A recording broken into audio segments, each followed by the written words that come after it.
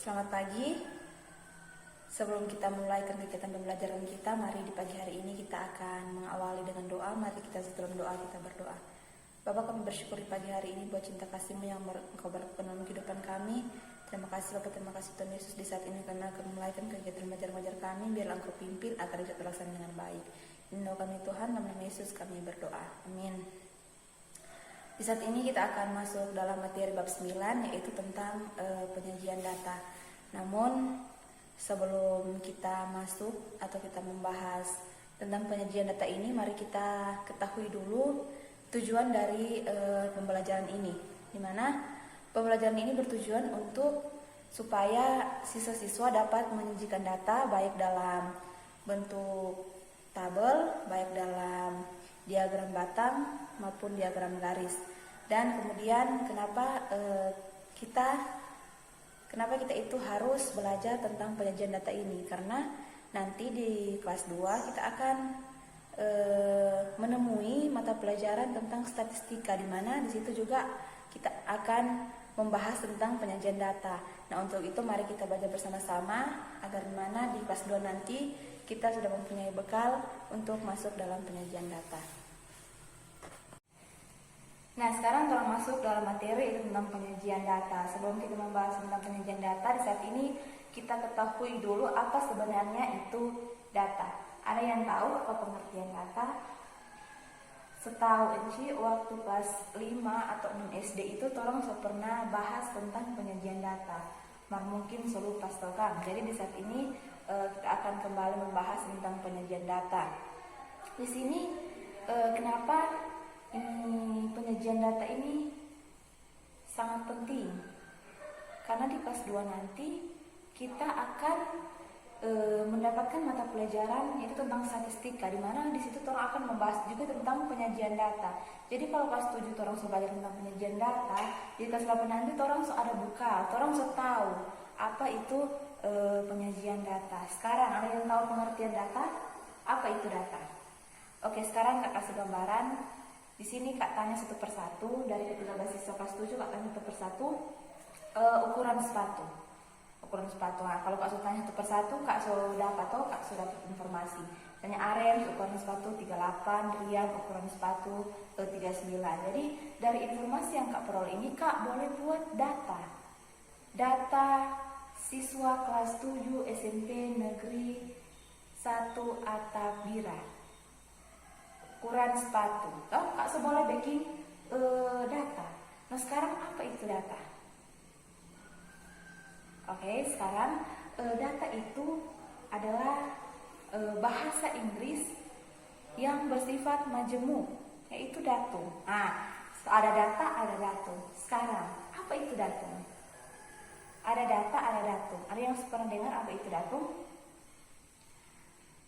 Nah, datum itu adalah informasi atau keterangan yang diperoleh dari suatu kejadian, suatu narasumber atau objek. Jadi datum itu adalah informasi atau keterangan yang orang peroleh itu dari suatu kejadian atau narasumber atau objek. Sedangkan data ini adalah kumpulan dari datum. Nah, sekarang ada yang bisa mengerti, ada yang bisa membedakan data dan datum. Jadi ada yang bisa membedakan apa itu data dan apa itu datum. Jadi begini, misalnya Kak tanya Pak Arems. Jadi Kak tanya Pak Arems, Arems ngana umur sekarang berapa? Arems tinggal di mana? Arems sudah bersaudara.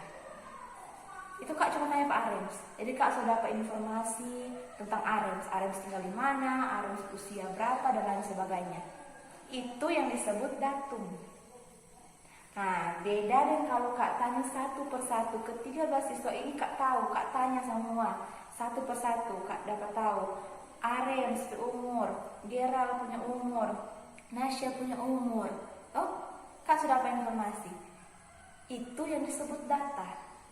Jadi datum itu hanya satu, sedangkan data itu lebih dari satu. Jadi kalau Kak sudah dapat informasi lebih dari satu orang, itu sudah bernama data. Jadi jangan ada yang sebut data-data. Ada kan kebanyakan orang pernah dengar, itu biasa jadulnya sebut data-data siswa kelas 7 SMP. Jadi kalau data itu salah. Jadi cuma data. Data itu lebih dari satu. Sedangkan satu itu yaitu datum. Nah, sekarang dalam mengumpulkan data kita itu mempunyai 3 cara. Jadi untuk mendapatkan informasi atau mengumpulkan data kita memiliki 3 cara. Yaitu yang pertama, wawancara. Apa sebenarnya itu wawancara? Jadi wawancara ini adalah cara mengumpulkan data dengan memberikan pertanyaan langsung kepada narasumber. Jadi misalnya begini, tadi Kak bertanya Pak Arems. Jadi tanya langsung ke narasumber, Arems sebagai narasumber. Jadi Arems usia berapa? Oh, 13 tahun. Jadi itu yang disebut wawancara, menanyakan langsung kepada narasumber atau kejadian. Kemudian yang kedua ada angket. Apa itu angket? Nah, cara mengumpulkan data dengan menggunakan angket ini yaitu dengan cara memberikan daftar kepada narasumber. Jadi kalau misalnya Kak ingin tahu dari ke-13 siswa ini sebenarnya ngonipe cara penilaian Kak dan mengajar di sini itu bagaimana? Apakah Kak mengajar di sini kurang baik, sangat baik, atau baik dan lain sebagainya. Jadi Kak bikin daftar atau Kak ketik atau tulis, Kak bikin kasih bagus, baru kasih pakai 13 siswa. Nanti kalian yang akan menjawab. Misalnya Kak mengajar kurang baik atau kurang memahami materi. Jadi kalian yang menjawab melalui kertas yang sudah Kak bagikan. Nah, kemudian yang ketiga yaitu observasi atau pengamatan. Jadi observasi atau pengamatan itu yaitu mengumpulkan cara dengan mengamati. Jadi kalau misalnya DP contoh misalnya Kak mengajar di sini, terus ada ibu guru Pak sebagai guru pamong yang akan menilai Kak. Jadi dengan cara mengamati. Jadi ibu cuma mau mengamati Kak bicara mengajar. Oh, misalnya ibu dapat menilai Kak kurang memahami materi dan lain sebagainya. Itu dengan cara mengamati. Nah, sekarang kita masuk dalam cara penyajian data dalam bentuk tabel. Nah, untuk menyajikan data dalam bentuk tabel ini, kita memiliki macam-macam penyajian data dalam bentuk tabel. Ada 3, yaitu yang pertama yaitu tabel baris dan kolom. Apa sebenarnya tabel baris dan kolom ini? Nah, tabel baris dan kolom ini adalah tabel yang digunakan untuk data yang memiliki beberapa baris tetapi hanya memiliki 1 kolom. Jadi misalnya dia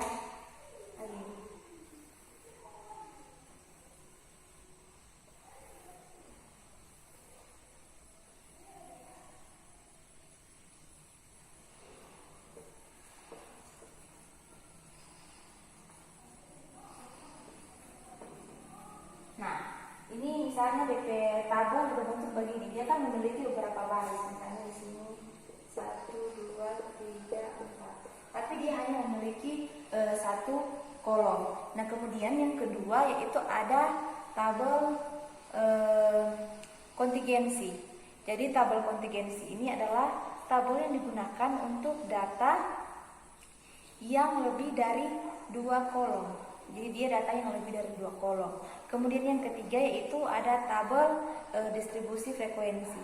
Nah, untuk membuat data dalam tabel distribusi frekuensi ini yaitu dengan digunakan untuk data yang dibagi menjadi beberapa kelompok. Jadi untuk distribusi frekuensi ini dia punya data dibuat dalam beberapa kelompok. Jadi misalnya begini, tolong membuat data misalnya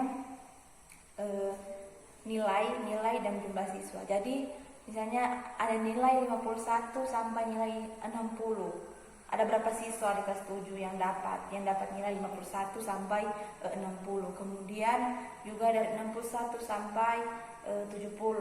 Ada berapa nilai 61 sampai 70, ada berapa orang dia. Jadi itu terbagi dalam beberapa kelompok.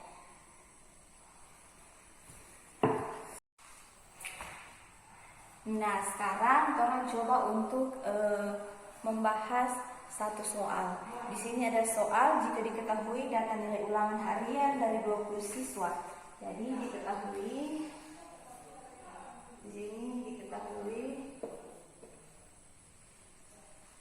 Kata nilai ulangan harian dari 20 siswa adalah 57,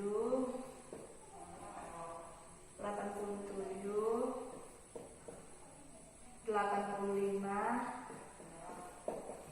75, 60, 95, 85, 78, 96, 73, 65, 80, 90, 84, 87, 78, 90, 95, 65, 63. Nah, jadi perhatikan di sini.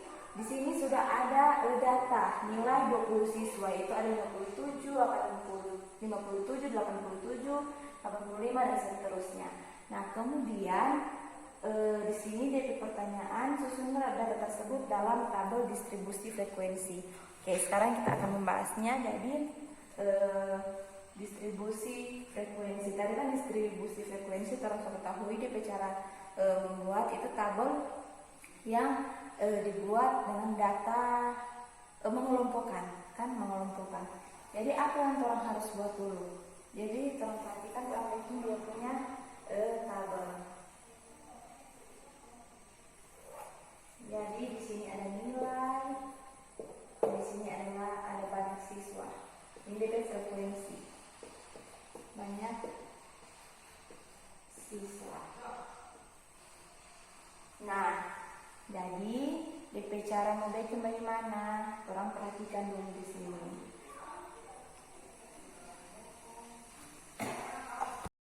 Nah, jadi di sini diketahui ada data 57, 87, 75, 60, 95, 85, 78, 96, 73, 65, 80, 90, 85, 87, 78, 90, 95, 65, dan 63. Jadi bagaimana itu orang mau backing? Orang backing DP bentuk tabel seperti ini. Ini distribusi frekuensi. Di sebelah ada nilai dan di sebelah ada banyak siswa atau DP frekuensi. Nah, jadi yang pertama yang orang harus bikin, orang lihat dulu. Oh, di sini DP angka ada 27. Dia orang bikin dulu dari kelompokan dari 61 sampai 60, kemudian 61 sampai 70, 71 sampai 80, 81 sampai 90, 91 sampai 100. Nah, tolong perhatikan nilai dari 51 sampai 60 sebenarnya ada berapa banyak siswa. Jadi tolong hitung. Di sini 51 tidak ada. Oh, di sini ada 57, terus ada 57, kemudian ada 60, kemudian ada berapa? Oh, oke. Cuma 57 dan 60. Jadi nilai 51 sampai 60 ada 2 orang. Kemudian 61 sampai 70, memperhatikan dari 61 ke atas. Jadi ada 63, kemudian ada 63, kemudian ada 65 ada 2. Jadi 65 ada 2, kemudian 1, 2. Oke, jadi ada 3. Jadi nilai dari 61 sampai 70 itu ada 3 siswa. Kemudian nilai 71 sampai 80, di sini ada 73, nilai 73, kemudian ada berapa lagi? 71 sampai 80.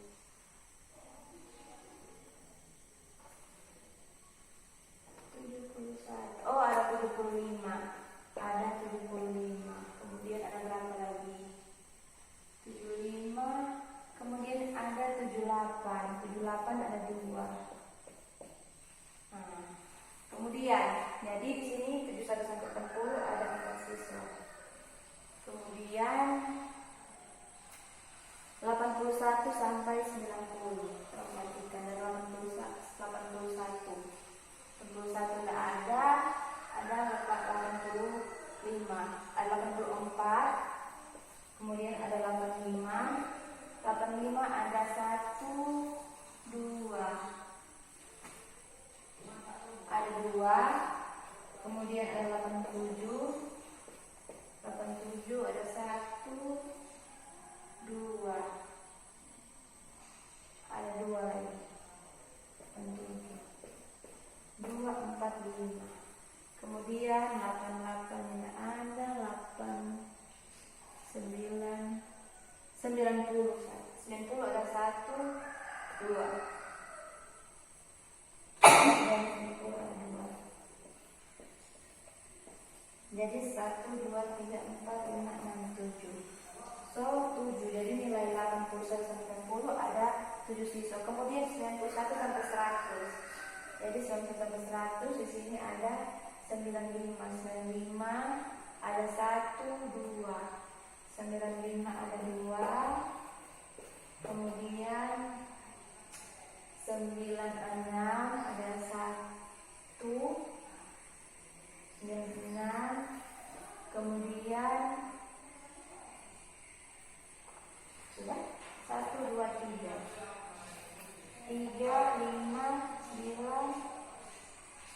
Kok ada 1 minus? Ada minus 1. Tolong perhatikan ulang. 51 sampai 60 ada 57. Kemudian ada 60. 60, 1, 85, 75, 60, 95, 89. Ada 2. Kemudian 61 sampai 70 ada 63. Ada 65. Ada 65, 2. Kemudian berarti dia ada 3. Kemudian 71 sampai 80. 71 sampai 80 ada 73. Ada 78. 78 ada 2. Kemudian 75. 78 ada 2, 75. 1. Berarti ada 4. 75. Kemudian 73, 74, 75, 78. 78 ada 2. Oke, sekarang 71 sampai 80. 71 sampai 80 ada 84, 85, ada 85, 87, 84, 80. Ini termasuk di sini. Oh, jadi ini ada keliru. Jadi di sini ada 80. Jadi di sini 1, 2, 3, 4, 5. Jadi 50 nilai dari 1 sampai 60 ada 2 orang, nilai 61 sampai 70 ada 3 orang, nilai 70 sampai 80 ada 5 orang, nilai 80 sampai 90 ada 7 orang, dan nilai 91 sampai 100 ada 3 orang. Kalau kita jumlahkan 5, 10, 20. Jadi pas. Jadi begini membuat tabel distribusi frekuensi. Jadi orang kelompokkan. Jadi ada nilai 51 sampai 60 ada berapa orang. Oh, bisa mengerti semua? Kalau yang mengerti nanti boleh bertanya.